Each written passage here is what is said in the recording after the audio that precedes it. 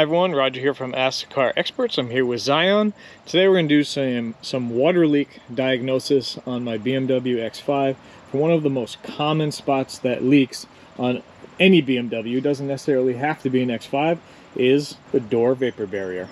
I'm going to take off the door card and we're going to take a look behind and see what's going on. So this is what's happening. Water's actually getting past the seal into this area and then dripping into the carpet, and unfortunately it's actually happening on both sides of the vehicle. After doing some quick checking, you can actually see there's some water right here. There should be no water up in this upper area.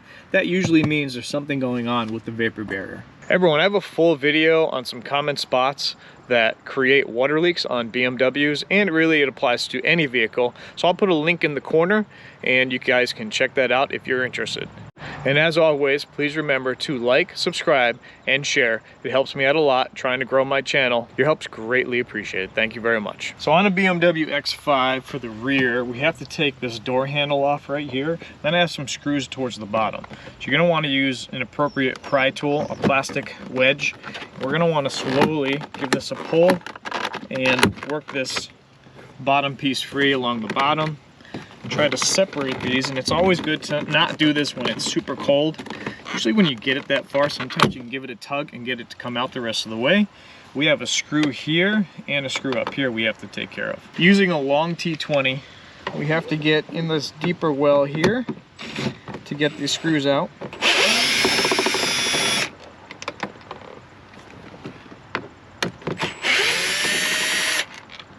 And on this BMW X5, we have two more hidden screws under here. These are kind of hard to get to. One.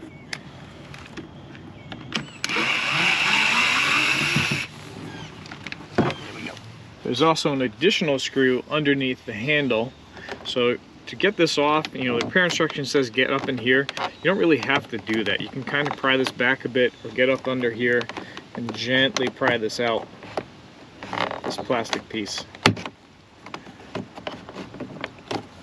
And then pull the handle.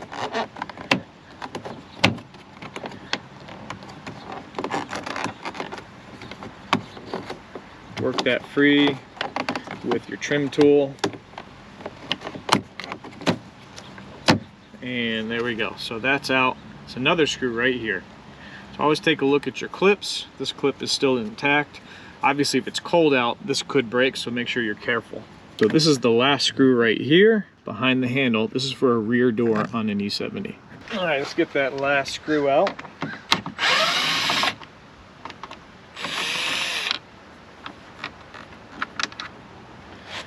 When you're dealing with a door panel, you always want to take note of the size of the screws. You can see, look at all these right here, and then look at this one.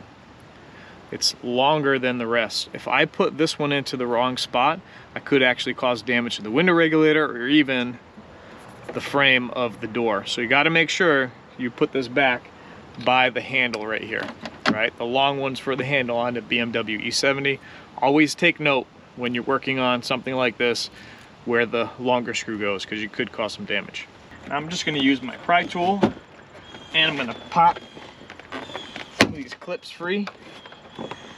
And once you get one started, usually you can just go around and give it a tug. Boop. Clips falling all over the place. Now the door panel's ready to come off. I've already popped it free, except for that one screw. I can already see right here, there's some separation up top. Now to get this door panel off, basically you just have to unplug all of the connections. There you go. Hopefully you can see what I'm doing. So I have a light right here. That has to come off without breaking the light. So that pulls back. This connector does not come off. This is a little LED light right here that pulls off of the LED strip. And then this on the door window switch does pull straight down. This right here just pulls off. That's for your handle. Here's my speaker. It's in the first plug. Just got to put it back there when we're done. Unplug that. This runs down here, so I can take this tape off, get your harness out, and unplug the light down here.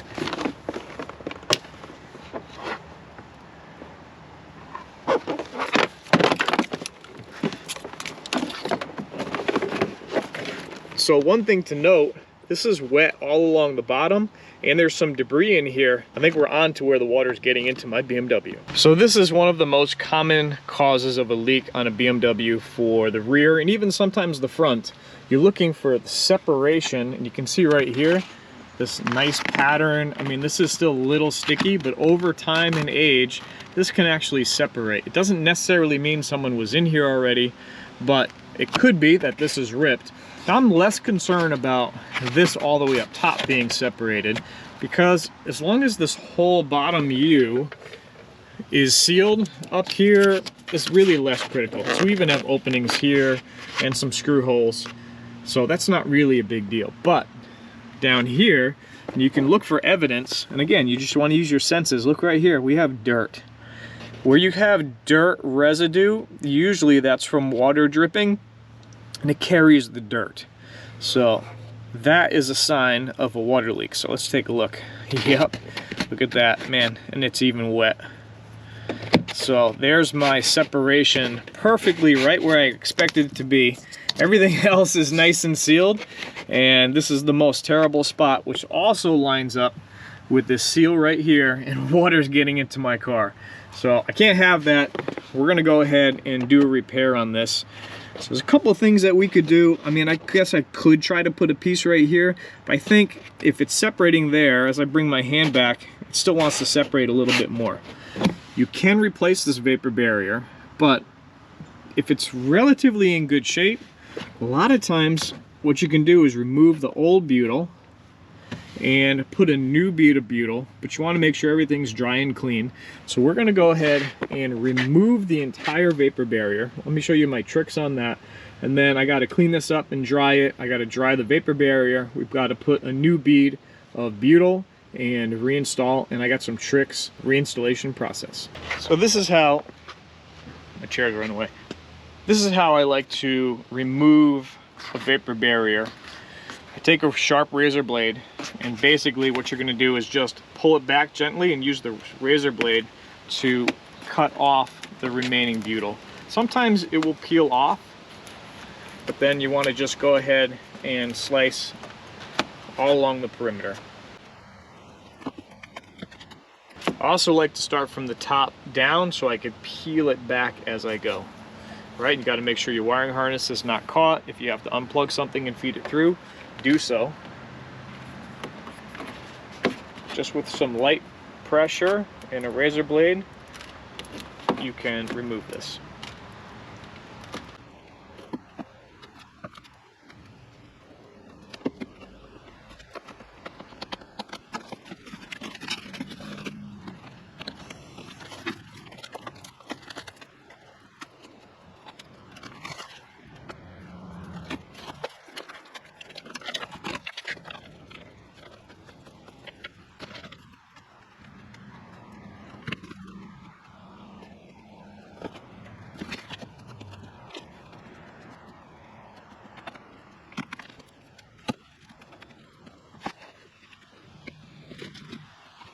So I have this almost pulled back, and you can see right here, water gets into this area anyways. This is actually Cosmoline, and they use that to help prevent rust. You can see that I got a harness in here, that's all wet. The inside of the door panel is not watertight. So down in here is where the drain would be, so if there is debris down here, you're gonna wanna wipe that out. You can see the water is gonna go over this lip, and this is where it was getting in, right there, from the bottom seal. Now you can have a separation anywhere along this U, and if it's high enough, maybe even up to the midway point, you can see there's all water up here. There's even some signs of water here. So if I had a separation here, water would still drip, run down into the same spot. So I'm going to cut this bottom piece off, and we're going to continue. There you go, vapor barrier removed. Alright, so if you have a lot of heavy debris on the butyl, you can remove the butyl, but that's pretty tedious, quite honestly. So what we're going to do is a trick to reseal this without having to replace the vapor barrier. Now you can replace it, especially if it happens a second time. You're going to want to replace it because it means that the material is separating and it's pulling away from the butyl. But Quite honestly, some of these steps I'm going to show you really does a good job in sealing this up. So get some glass cleaner. You want to clean up just above the existing butyl, all along the edge. You don't want any debris there. So you want some glass cleaner because you want it to evaporate. Just take a second and remove all of the debris. Now you need to do the same thing here. We need to clean up all of this debris because we're not going to get a good sealing surface if there's dirt and debris and moisture. Now I don't like this down here, so I'm probably going to want to remove that butyl, but I want to get this as clean as possible on the inside of the existing butyl. Take a second to clean out the drains. Now here's a great tip. If you're doing this repair, use some warm soapy water. After wiping this free, pour some water in here.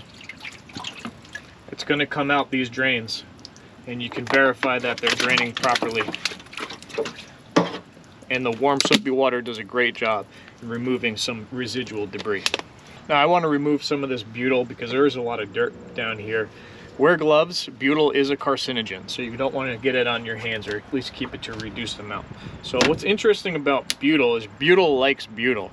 So when I start pulling this away and it starts sticking to my glove, I can actually re-stick it and give it a tug. And of course you go through some gloves when you do this, but it's really the best way to remove the butyl. You can use a small tool to get started and pull it away.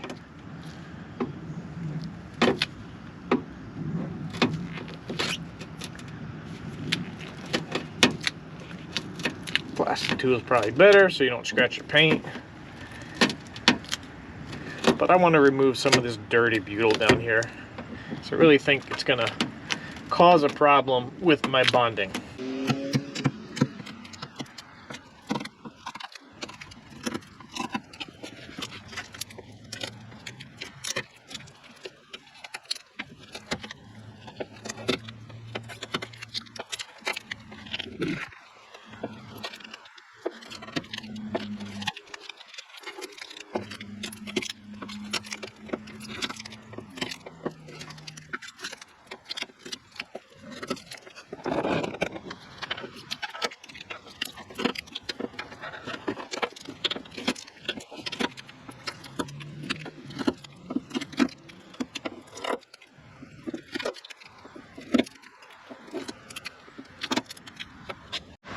Once you're done, your hand should be stuck together. The glove off, throw it away, and you're nice and clean. Must be nice, Zion, huh? So you're going to need some 3M window weld ribbon sealer, part number 08611 for this repair. It's not that hard to seal a vapor barrier. You're going to use your 3M butyl, and this is the trick. You need to start from the top. You can put it over the existing one, but if it's not there, rather you want to put it like just below on the inside, and you just run it along in the same shape and along the edge of the inner side of the existing butyl. And that's going to be the trick to reusing this. We're just going to add a bead of butyl on the inside. And I'm probably going to band-aid the other side because that one's leaking too on my BMW. But I have to replace the door lock actuator, so I got to order that up. I don't feel like taking the door off twice. Ooh, I don't like this section right here. See that? It's got some... This is what I didn't want to do. I don't really want to separate it like that. You want one solid bead. I feel relatively confident that my procedure is going to seal this up. So I'm going to overlap that slightly like that, if you have to. But realistically, you want a perfect view all the way around.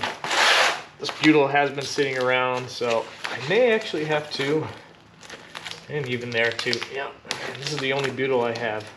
I got to order some new butyl.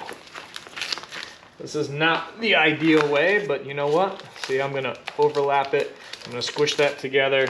Same thing here on my overlap. I'm going to squish that together. It should still bond fine. But in an ideal world, if you got a nice new 3M butyl, you don't have to do that. You want to run it around like a U and come back to the top. And then when you get to the point where your wiring goes through, that's where you snap it off. All right, so we're ready to go back on. You want to peel off your protective piece off the butyl. And we're going to place this and gently adhere it to the body. So you can use all of these pieces right here. See this little nub? That's going to fit right here in this circle. So I want my wiring on the outside. I'm going to bring that up to the same location. That's that little nub, so I can put that in there and kind of gently press that on. Make sure everything is out of the way as you're progressing. Same thing here. That's that well. And place that there.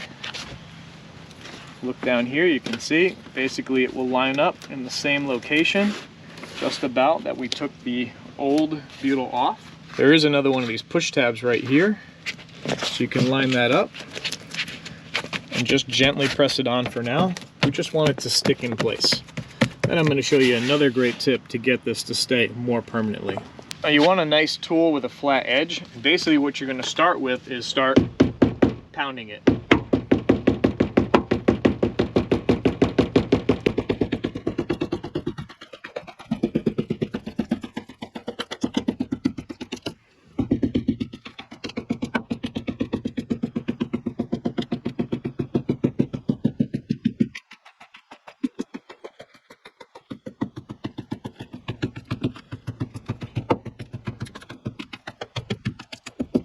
Next step is take the same tool and drag it across where the butyl is. Don't push too hard, you don't want to damage the vapor barrier, but this is also going to help that sealing surface to bond better to the body.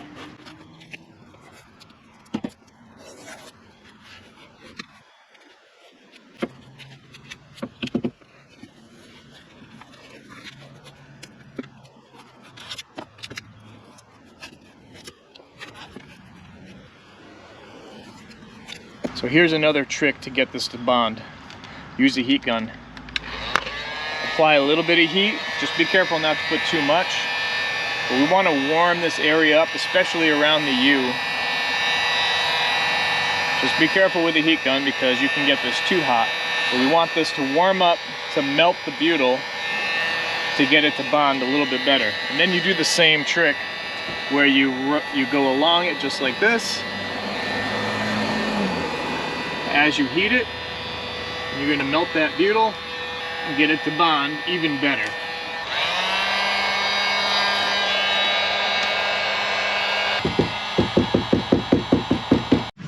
Once the heating and pressing is done, then you take your finger and you run along the bottom. You just try to gently pull it away. If it feels good and sticky, you've sealed your vapor barrier. That is perfect. Check all the way around the other sides too. Nice. All right, a couple other things to watch out for. See these clips on your doors? They have these gaskets. You got to make sure that those gaskets are installed when you're putting the door panel back on. Now, a lot of times they'll still be there, but you can see these two on the bottom. The two over there are still intact. These two are missing the gaskets. I did find one, so I can go ahead and just reinstall the gasket. But in a pinch, what I want to do is move an upper one because it's less likely to leak at the top. I want to move the one with the gasket to the bottom, or you can replace these. Now in some cases it's a good idea to water test the car without putting the door card on, but because these are actually sealing points like I just showed you, you actually have to clip the whole door card on because you can actually have leaks from these spots right here as well. That's why I said you got to make sure that that gasket is installed. All right, let's get this back together. I did unplug the door lock actuator, so I need to make sure I remember to plug that back in because that goes across the top here. And I have my wiring and my door card. So now it's time to take the door card. Hopefully you can see the full process here. It's best to start at the bottom. Alright, so this is my plug, my light. You can't plug it in wrong. Remember, this came up here to this tape. Put that back on. My speaker wire was right here. Was the one closest to the middle. I actually don't think it matters because you could actually hook up another speaker through the other side. I think they're just interconnected. This is a little push tab. There's usually a spot where that will lock in. That's there. This had a little holder right there. And I can't forget these two guys right here. This goes to my window switch. I'm going to just put this in blind by feel. And then this is for that LED strip. This is a little LED light that pushes on and just clips on right there. Sorry if you can't see that. Then I have my Bowden cable. That's what this is. Got to make sure your door handle is all the way in the closed position. This just pushes on. See if you can see that. Pushes on and then locks down, just like that. Sometimes there's a holder for this. This one doesn't have it, so that's all set. Give that a pull, make sure that's working. All right, have to line up. Juggling act. Put my door lock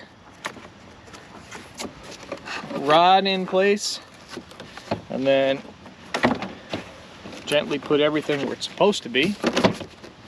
And then when you know it's lined up, give it a tap to lock in those clips.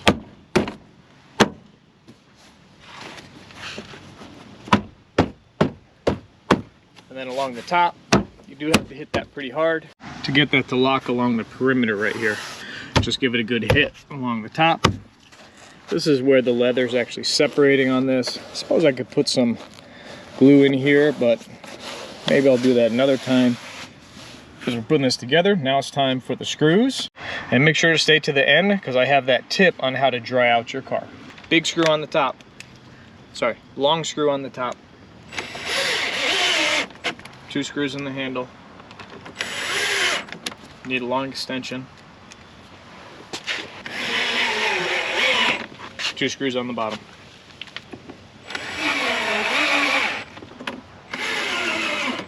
You know, here's a quick tip. I always like to make sure that the door handle will pull the actuator, because if you had some kind of issue where you couldn't get in, it's a real pain in the butt. Sometimes you have to damage the door panel and then drill into the door lock actuator.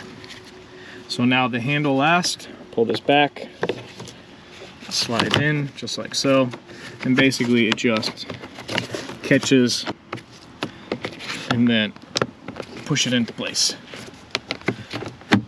just like that. Then the door pull. There we go, one side completely done. The other side I have to do the door lock actuator. So you know what, I'm gonna take that apart. I'm gonna band-aid the bottom. I'm just gonna put a little strip of butyl and heat it up because I know it's gonna be temporary, but I really wanna eliminate that water leak until that door lock actuator comes in.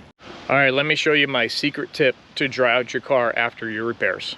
So quick note, if you have standing water and you can see a puddle, you do have to lift the carpet up and suck it all out with a wet dry vac and wring out the carpet and the foam underneath as much as possible. You will have to take the seat out, pull these trims out, pull this back, squeeze it all out, and suction as much water as possible. But once you've already done that, or if you're only slightly wet, like I'm dealing with on my vehicle, you can use this trick right here. Now, it can't be raining when you do this, but the trick is very, very simple. You are going to use a little bit of fuel when you do this. We're going to go ahead, start the car. All right, we're going to crack all the windows.